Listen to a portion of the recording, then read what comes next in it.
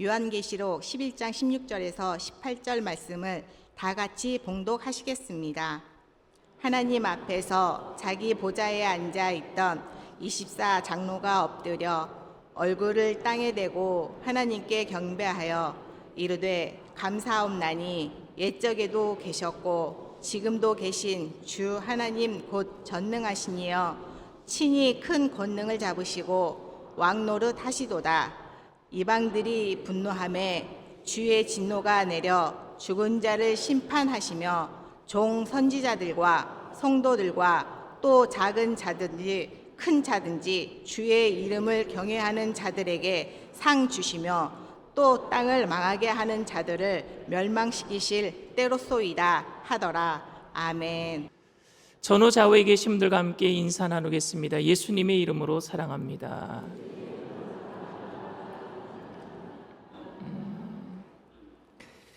말씀의 제목을 다 함께 따라해 주시길 바랍니다. 수능적 감사와 저항적 감사. 수능적 감사와 저항적 감사. 저는 중학교에서 고등학교로 진학하면서 사춘기를 겪으면서 반항적인 학생으로 제가 변하게 되었습니다. 아버지께서 사업을 좀 크게 하신다라는 이유로 고등학교에 들어가자마자 담임 선생님은 아버지에게 학교 육성의 이사를 부탁을 하셨습니다. 하지만 아버지는 저에게 내가 육성의 이사를 맡지 않더라도 신호 너는 학교 생활 잘할 수 있지라고 말씀하셨고, 저도 아버지가 학교에 돈 내고 그래서 제가 학교에서 약간의 특별 대우를 받는 것이 별로 마음에 들지 않아서 그럼요, 저는 혼자서도 잘해요, 그렇게 아버지께 대답했습니다. 그런데 아버지께서는 육성의 이사를 맡지 않겠다고 하신 이후에 아버지가 육성의 이사를 맡지 않겠다라고 하신 이후에 보충 수업이 A반, B반 이렇게 나눠졌거든요. 공부 잘하는 아이들은 A반에 들어가고 그래도 공부 좀 못하는 아이들은 B반, 그리고 아예 보충 수업을 안 듣는 아이들도 있었거든요. 근데 저는 A반에 들어가야 되는데 저를 A반에서 빼서 B반으로 넣는 거예요. 그리고 B반에 있어야 할 아이가 육성의 이사를 부모님이 한다라는 이유로 A반에 들어가게 된 겁니다. 저는 너무 화가 났어요. 결국 그때부터 담임 선생님과 학교에 대해 반항하는 학생으로 제가 변해버렸습니다. 그래서 학교에서 가장 무섭기로 소문난 태권도부에 들어갔고 일진들만 모여있는 부서였어요.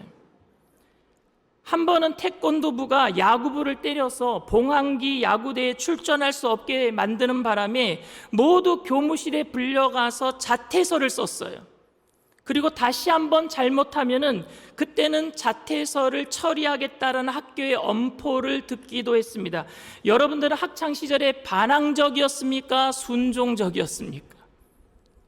지금은 제가 여러분들이 보기에 대단히 순종적이고 모범적으로 보이겠지만 학창시절에는 질풍노도의 시기를 거치면서 학교의 불이나 사회의 부조리에 대해서 반항하고 저항하는 모습을 하는 학생 중에 한 사람이었습니다. 그런데 여러분, 혹시 반항과 저항의 차이점을 아십니까? 반항이라는 단어는 부정적인 면이 있는 반면에 저항이라는 단어는 악한 것에 대해서 반대하는 긍정적인 면이 있습니다. 그리고 저항은 좀 수동적인 면이 있는 것 같고 반항은 좀 적극적인 것 같습니다. 사전에 보니까 나무위키 사전에 보니까 반항이라는 단어의 사전적 의미는 다른 사람이나 대상에 맞서 대들거나 반대함이라고 기록되어 있고, 저항이라는 사전적인 의미는 어떤 힘에 굽히지 않고 버티어냄이라고 기록되어 있습니다. 그래서 일반적으로 저항이라는 단어가 약간의 수동적인 것처럼 되어 있지만 저는 근데 사전적인 정의로 저항과 반항은요 별반 다를 게 없다고 생각합니다. 일반적으로 여러분 저항이든지 아니면 반항이든지 여러분 어떤 행위에 의해서 결정되는 것이 아니라고 생각합니다. 관점에 의해서 저항이든지 반항이든지 어떤 관점으로 보느냐에 따라서 결정된다라고 생각합니다. 악에 대해서 여러분, 저항하는 사람을 우리는 선한 사람이라 그래요. 악에 대해서 받아들이는 사람, 저항하지 않고 받아들이는 사람을 우리는 악한 사람이라 그럽니다. 이건 관점의 문제예요. 일제시대 때 신사참배를 요구하는 일본 사람들의 말에 순종한 사람들은요, 하나님의 말씀에 불순종한 사람들이 되고 맙니다. 그러니까 하나님의 말씀에 순종하기 위해서 신사참배를 반대하는, 저항한 사람들은 하나님이 보기에는 순종하는 사람이란 말입니다. 자기 아들이 의과대학에 갔으면 좋겠다라고 싶은 부모의 입장에 대해서 아들은요, 연예인이 되고 싶은 소원과 그리고 재능이 있어서 악기만 가지고 놀고 공부하고 있는 아들은요, 부모님에게 뭐예요? 반항적인 아들이 되고 맙니다. 그런데 그 반항이라고 얘기하는 그 일이 힘이 누구에게 있기 때문에 그래? 부모에게 힘이 있기 때문에 반항이라고 얘기하는 거예요. 하지만 하나님께서 그 아이에게 음악을 잘하는 달란트를 주셨다면, 힘을 가지고 만약에 그 아들이 부모님의 말을 잘 들어야 되겠다라고 싶어서 하나님이 주신 달란트를 포기하고 세상의 안정된 가치관을 따라서 부모님의 힘에 순종하는 삶을 살았다면 하나님의 섭리에 역행하는 반항적 행위를 하고 있는 거겠죠. 부모의 말을 따른다면. 관점의 차이란 말입니다.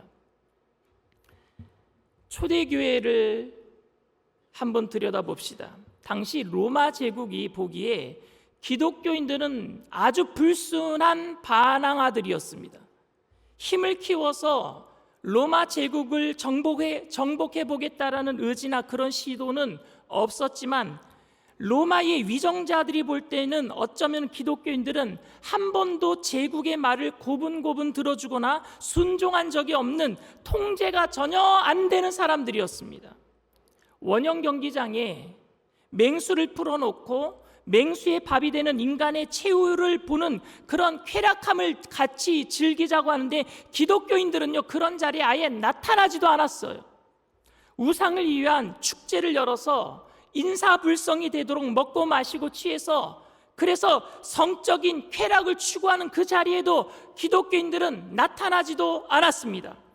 종교의 자유를 로마에서는 허락은 했지만, 여러분, 결국 종교도 국가의 질서와 국가의 이익을 도모하는 것이라서 로마 제국에 따르지 않는다면 형상도 만들지 않고 이상한 종교처럼 보이는, 그들끼리 모여서 형제요 자매요, 마치 근친상간하는 것 같아요. 다 형제래요, 다 자매래요.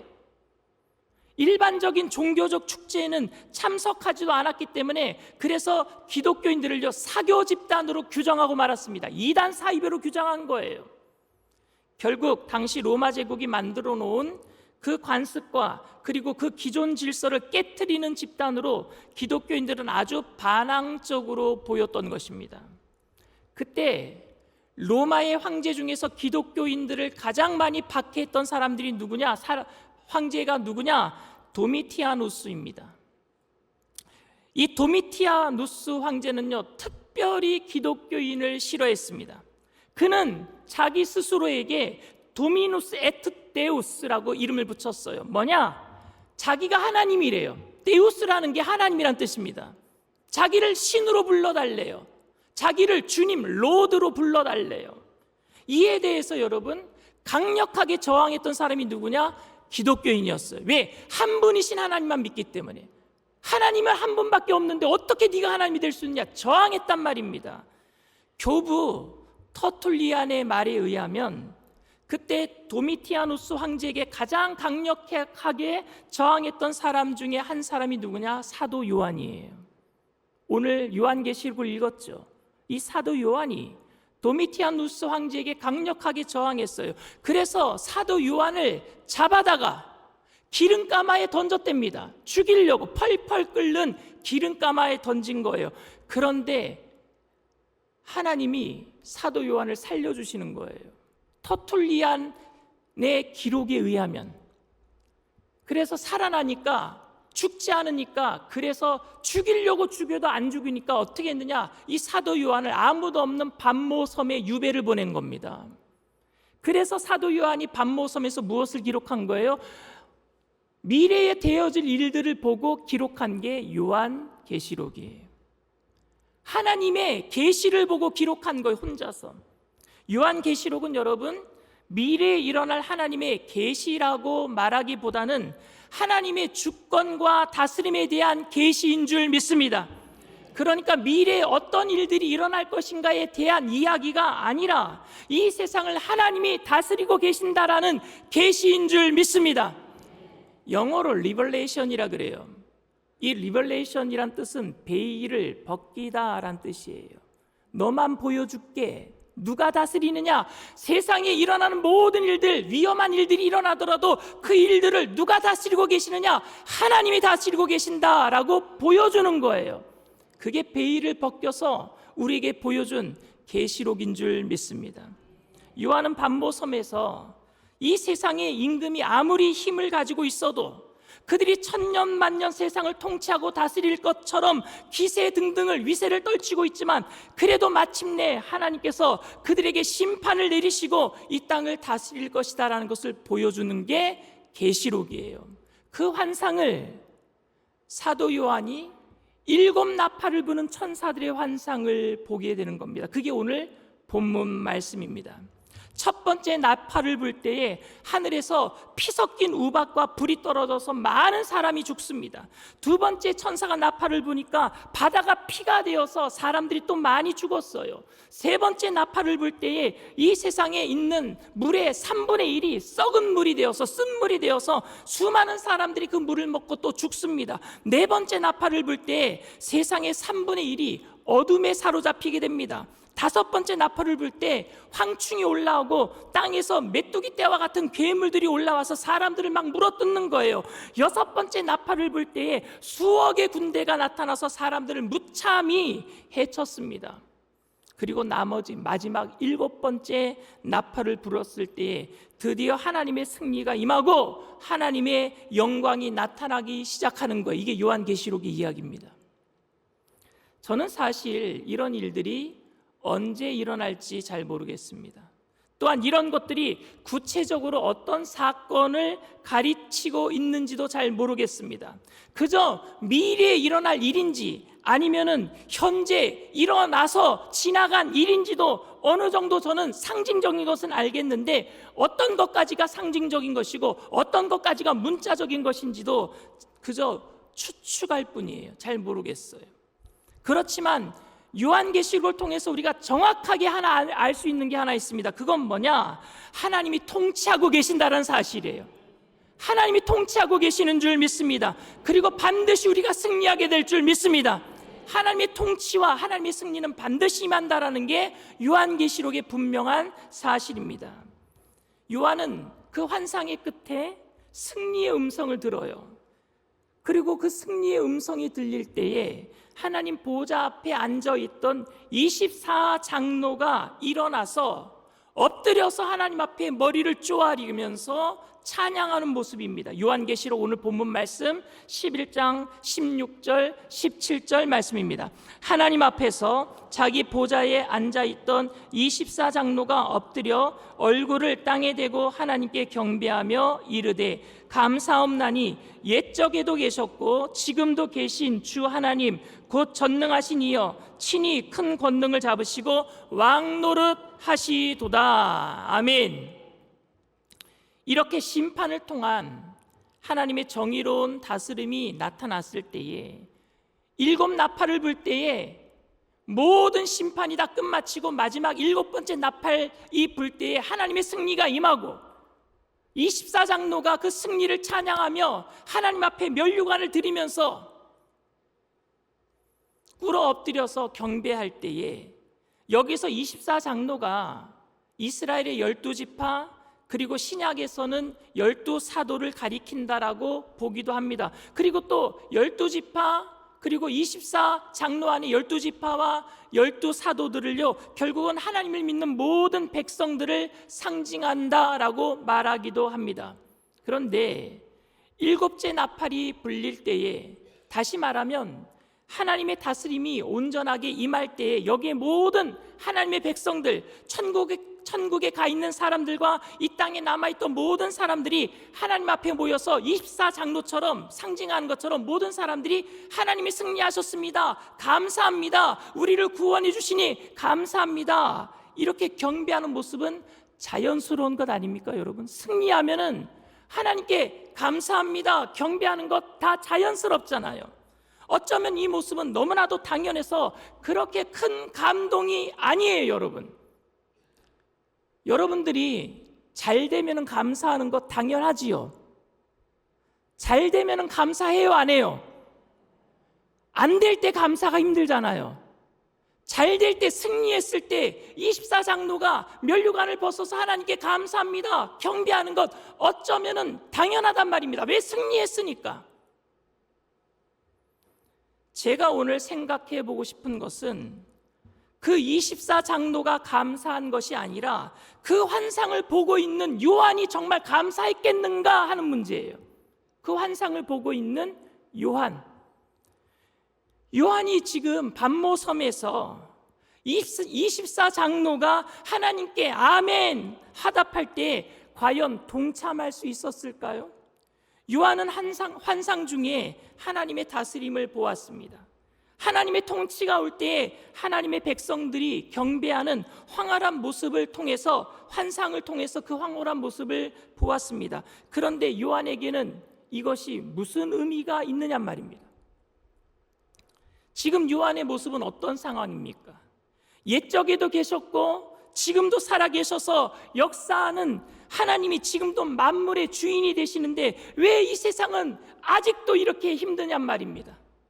왜 하나님을 믿는 사람들은, 수많은 사람들이 도미티아누스 황제에게 죽임을 당하고 끓는 기름 가마 속에 들어가서 죽음을 당하고 있는데도 불구하고, 억울한 일을 당하고 있음에도 불구하고 하나님을 대적하는 황제는 그토록 잘 되고, 황제에게 무릎 꿇는 사람들은 전부 다 편리와 안위 속에서 잘 살아가고 있는데, 황제에게 대항했다라는 그 죄목으로 많은 사람들이 죽어가고 있는 현실 속에서 과연 요한은 감사할 수 있었겠는가? 24장로가 감사하는 것은 이해가 됩니다. 왜? 먼 훗날에 진짜 승리가 임할 때니까 24장로가 감사하는 것은 이해가 되는데, 그 환상을 보고 있는 요한은 그 열악한 환경 속에서, 고난 속에서 죽어가는 많은 그리스도인들을 보면서 감사할 수 있었겠는가 하는 문제예요. 그 24장로의 그 감사에 요한이 동참하고 함께 기뻐하며 하나님께 과연 영광을 돌릴 수 있었겠습니까? 만약 그렇다면 그 믿음은 도대체 무엇일까 하는 것이 저의 고민이었습니다. 요한이 만약 감사했다면 그 믿음은 도대체 무엇일까? 저는 환상을 보았던 요한이 결론적으로는 하나님께 감사했다라고 확신합니다. 그래서 이 편지, 요한계시록의 편지를 써서 그 당시 고난과 환난을 당하고 있는 사람들에게 하나님께서 그 고난과 환난 중에도 다스리고 계시니 그러니 감사하자라고 말할 수 있었다라고 생각합니다. 그의 현실은 열악했지만 감사할 수 있었습니다. 요한이 감사할 수 있었던 것은 단순히 그가 환상을 볼 수 있었다라는 사실 때문도 아니고, 미래에 일어날 일을 앞당겨서 미리 감사하는 것도 아니었습니다. 그때 그가 감사할 수 있었던 것은 환상을 통해서, 그 계시를 통해서 옛적부터 지금까지 세상을 다스리시는 분은 바로 하나님이시라는 것을 보았기 때문이고, 그 사실을 인정할 수 있었기 때문인 줄 믿습니다. 하나님이 오늘도 이 땅을 다스리고 계시는 줄 믿습니다. 요한의 주변에 있는 많은 사람들이 십자가의 처형으로, 콜로세움의 짐승의 밥으로, 기름가마에 던져서 끓는 기름에 죽거나 그렇지 않으면 온갖 고난을 당하고 여기저기 피난을 다니면서 유리방황하고 있을 때에, 그 상황에서 요한이 하나님께 진심으로 감사할 수 있었다면 저는 이 세상을 살고 있는 우리들도 감사할 수 있다고 생각합니다. 그런 의미에서 이 요한의 감사는 도미티아누스에게 순종해서 얻을 수 있는 편리함으로 감사한 것이 아니라 그의 감사는 저항의 감사였었어요. 이 땅의 왕은 도미티아누스 네가 아니라 하나님입니다. 그래서 나는 당신에게 저항합니다. 그래서 고난을 받을지라도 나는 감사합니다. 저항의 감사인 줄 믿습니다.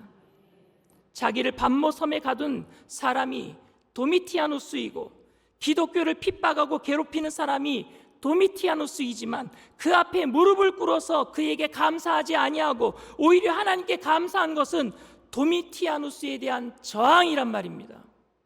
이해할 수 없는 고난 중에도 그가 24장로의 감사에 동참할 수 있었다면 그것은 그 고난 중에도 세상의 권력자가 아닌 바로 이 세상의 물질과 편안함 또한 평안이 아닌 살아계신 하나님이 역사의 주관자요 생명의 주관자이라는 인정으로 인한 감사란 말입니다. 어쩌면 우리 중에는 우리의 환경을 보면 감사할 것이 별로 없는 것이 많다라고 생각하는 분이 여기에도 계실 것 같습니다. 너무 당연한 일이라고 생각합니다. 지금 현재 사는 것이 너무 힘이 듭니다. 전 세계가 어디에서 전쟁이 나면은요, 그곳에서 전쟁만 난 곳만 힘든 것이 아니라 다 연쇄적으로 힘들어져요. 지구촌이니까요. 하나님은 마치 나에게 아무런 관심도 없는 것처럼 나를 방치해 두는 것 같아서 아픔과 불안의 연속입니다. 지금도 여전히 버겁게 살아가고 있어서 감사함보다는 섭섭함이 앞서는 분들도 많겠다 싶습니다. 그래도 돌아보면은 조금이라도 내가 받은 것이 있고 누리는 것이 있으니까 그것이라도 하나님께 감사하라라고 말한다면은 부족한 대로 감사할 수 있겠는데 어떤 사람들은 이유 없이 복을 누리고 특별히 불의한 사람들이 복을 누리는 것을 보면은 오히려 감사가 불평과 불만으로 더 커진단 말입니다. 참 많이 기도했는데 안 풀려요. 정말 열심히 기도했고 열심히 하나님 앞에 매달려 있음에도 제대로 된 것은 별로 없는 것 같아서 이제는 기도에 대한 기대감마저 점점 최저치로 떨어지는 것 같아요. 그런데도 우리가 이곳에서 하나님께 감사할 수 있다면 그나마 있는 것에 대한 감사도 아니고 나중에 잘 될 것이라는 막연한 희망으로 앞당겨서 감사하는 것이 아니라 저는 지금 우리가 이 자리에서 감사할 수 있다면 그건 상황과 환경에 대한 감사가 아니라 저항으로 인한 이 세상의 모든 세속적인 가치관의 저항으로 인한 감사라고 생각합니다. 세상에 있는 것들에 세상이 우리를 다스린 것이 아니라 살아계신 하나님이 우리를 다스리고 계시기 때문에 그것을 인정함으로 어떤 고난 속에서도 감사하는 것 진짜 감사인 줄 믿습니다. 세상에 좋은 것이 많아서 크게 감사할 것들이 감사하게 될 것이라고 세상에서는 우리를 유혹해요. 교회 나가지 마라. 하나님 믿는 거 대충 믿어. 세상으로 넘어와. 우리와 함께하자. 세속적인 가치관이 그렇게 우리를 유혹할 때에 세상을 섬기지 않겠다라고 부족한 중에도 감사하는 모습이 나그네로서 이 세상을 살았던 우리 믿음의 선조들의 모습이었단 말입니다. 고난 중에도 감사하며 오히려 환난 중에도 매를 맞고 때리고 죽이려고 하는데도 하나님 앞에 고개 숙여 감사하는 그 모습이 로마 황제가 보기에는 아주 고약하고 지독한 반항으로 보였겠지만 우리는 그것을 하나님에 대한 순종이라고 부르고 믿음이라고 부릅니다. 물론 저는 조건에 대한 감사도 충분히 가능하다라고 생각합니다. 그러니까 지나온 세월 동안에 하나님께서 우리에게 주신 것들을 기억해내고 그 모든 것을 풍성하게 하신 것에 대해 감사하는 것은 전혀 문제가 되지 않습니다. 감사할 것을 찾아내어서 감사하고 그리고 또한 기억해내는 것은 어찌 보면 참으로 건전한 신앙의 모습입니다. 그럼에도 우리가 조건들로 인하여서 감사하는 정확한 이유가 그것을 하나님이 주셨다라는 믿음 때문에 감사하는 것인 줄 믿습니다. 하나님이 주셨기 때문에 감사하는 것이지, 만일 그것을 도미티아누스 황제가 우리를 유혹하기 위해서 준 것이라면 우리는 그것을 받지도 않을 뿐더러 그것으로 인해서 감사하지도 말아야 하는 것입니다. 아니, 그래야 하는 거예요. 다시 말하면 하나님이 우리 인생을 다스리시고 하나님이 우리를 통하여서 영광을 받으실 것이라는 그 믿음 때문에 우리는 모든 것을 하나님께 받은 것을 감사하는 것입니다. 또한 그렇기 때문에 원하는 것이 주어지지 않음에도 우리는 또 감사할 줄 알아야 합니다. 비록 도미티아누스 황제 때문에 반모섬에 갇혀 지내야 하지만 그래도 도미티아누스가 아니라 살아계신 하나님이 요한에게 주인이었고 주님이셨듯이 우리에게 주인이 되시고 주님이 되시는 줄 믿습니다. 그 살아계신 하나님이 내 삶을 주관하시는 역사의 주인이시라는 그 믿음이 요한으로 하여금 그 고난 중에도 감사할 수 있도록 만들었어요. 세상은 오늘도 우리를 유혹해요. 너의 하나님이 너를 위해서 뭘 도움을 주는 게 무엇이 있느냐? 세상은 우리에게 그렇게 유혹합니다. 하나님을 욕하고 차라리 세상으로 넘어와라, 그러면 내가 너에게 풍족함을 주겠다라고 말하지만 우리는 그 앞에서 당당하게 옛적에도 계시고 지금도 계신 살아계신 하나님, 주 하나님, 곧 전능하신 이가 친히 권능을 잡으시고 왕노릇하시니 우리는 감사합니다 고백하고 선언해야 될 줄 믿습니다. 그 고백을 한 사람들이 예수 믿는 사람들이에요. 그런 의미에서 저항적 감사가 아닌 순종적 감사가 어떨 때에는 세상을 향한 굴복처럼 보이는 경우도 있습니다. 교회를 지키기 위해서라는 명목으로 세상의 힘에게 순종하고 그 대가로 고생하지 않고 오히려 교회 안녕과 그리고 부흥을 누릴 수 있게 되어서 감사한다라는 말은 세상의 유혹에 저항하지 못한 타협처럼 들린단 말입니다. 이런 경우에는 순종해서 모든 것을 받아 누리는 감사보다는 저항해서 받지 못하더라도 하나님만이 나의 주인 되신다라고 고백하는 신앙이 더 건전하지 않겠습니까? 사랑하는 성도 여러분, 우리는 오늘도 약하고 그리고 힘없다고 교회를 비웃고 있는 세상을 향해서 우리는 오늘도 외쳐야 합니다. 우리는 오늘 이 열악한 환경 가운데서 버겁게 살아가도록 내버려 두신 그 하나님을 저주하고 하나님을 떠나라는 우리 안에 있는 그 거만한 죄성을 향해서 외쳐야 합니다. 우리는 살아계신 주 하나님께만 감사합니다. 그 하나님이 내 하나님이 되어서 감사하고 그 하나님이 역사의 주인이심을 믿기에 감사합니다. 이런 고백이 세상에 보기에는 저항이란 말입니다. 그 저항적인 감사로 어떠한 상황과 환경 속에서도 하나님만 인정하고 하나님께만 감사하는 그 저항적인 감사로 세상의 모든 유혹을 이겨내는 저와 여러분들 다 되시기를 주님의 이름으로 축원을 드립니다. 이 시간 말씀을 생각하시면서 잠시 묵상으로 기도해 주시길 바랍니다. 오늘 저희 교회에 처음 나오신 분이 계십니까? 예수를 믿는다라는 것은 세상도 좋아하고 예수님도 좋아하는 양다리가 아니에요.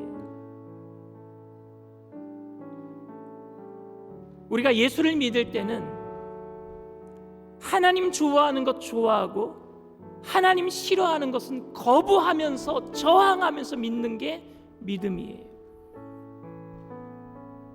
그렇기 때문에 예수를 믿는다라고 고백하는 게 초대교회에서는 목숨을 거는 것과 같았습니다. 왜? 예수를 믿는 즉시 로마의 핍박의 대상이 되기 때문에 그랬어요. 오늘날 예수 믿는 게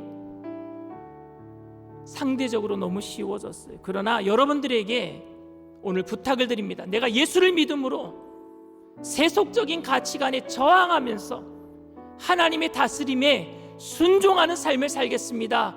믿음의 고백을 드리는 분들 이 시간 일어나 주시길 바랍니다. 인터넷상에서 TV상에서 예배드리는 그 자리에서도 내가 예수를 믿고 세상에 저항하면서 하나님의 다스림에 순종하는 삶을 살겠습니다. 믿음의 고백을 드리는 분들은 오늘 이 시간 믿음을 가지고 그 자리에서 일어나 주시길 바랍니다. 일어나신 분들은 제가 하는 기도를 따라해 주시길 바랍니다. 하나님 아버지, 저는 죄인입니다. 어디에서 와서 왜 살며 어디로 가는지 알지 못하고 방황하며 살았습니다. 저의 죄를 위하여 십자가에서 죽으시고 부활하신 예수님을 제 구주로 모셔드립니다. 저는 하나님의 자녀가 되었습니다. 지금부터 영원토록 주님과 함께 살겠습니다. 예수님의 이름으로 기도드립니다. 아멘. 할렐루야. 여러분들을 진심으로 축복하고 환영합니다. 오늘 예배가 마친 이후에 새가족 환영회에 꼭 참석해 주시기를 바랍니다. 우리 나의 영혼이 찬양합니다.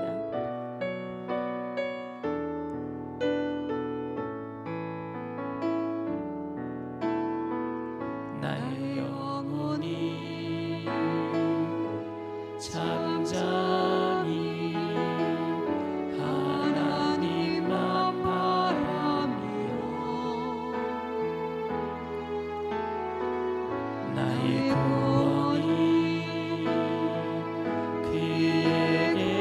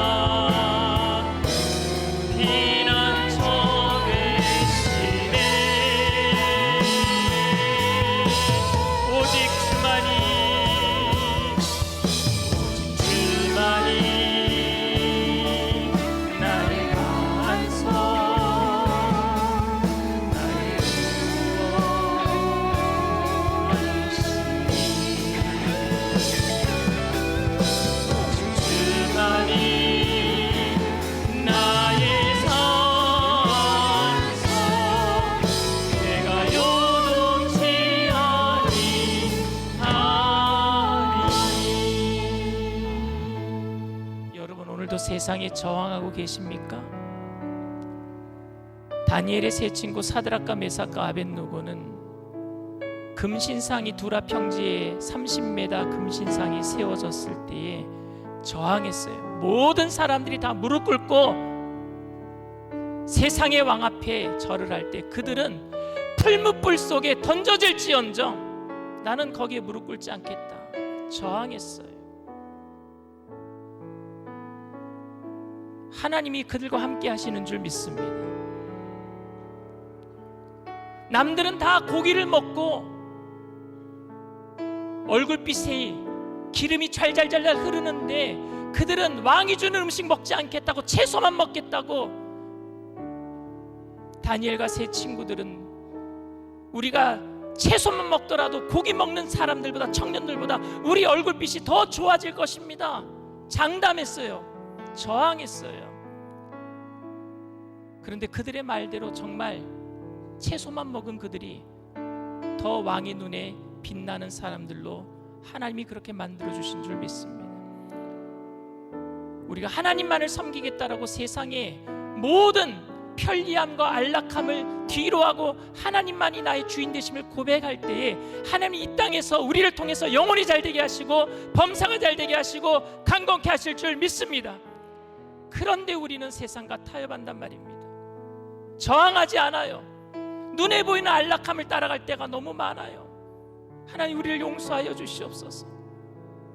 이제는 저도 주님만이 나의 주인 되심을 고백하며 세상과 타협하지 아니하고 주님을 따르겠습니다. 그러나 하나님, 그러한 속에서도 고난당할지언정 내가 하나님 부인하지 아니하고 감사함으로 주님을 높일 때에 모든 것을 하나님 합력하여 선을 이루어 주시옵소서. 우리를 통해서 하나님의 영광을 드러내달라고. 여러분들 이 시간 성령님 도와달라고 우리 주님 세 번 부르고 통성으로 간절히 기도합니다.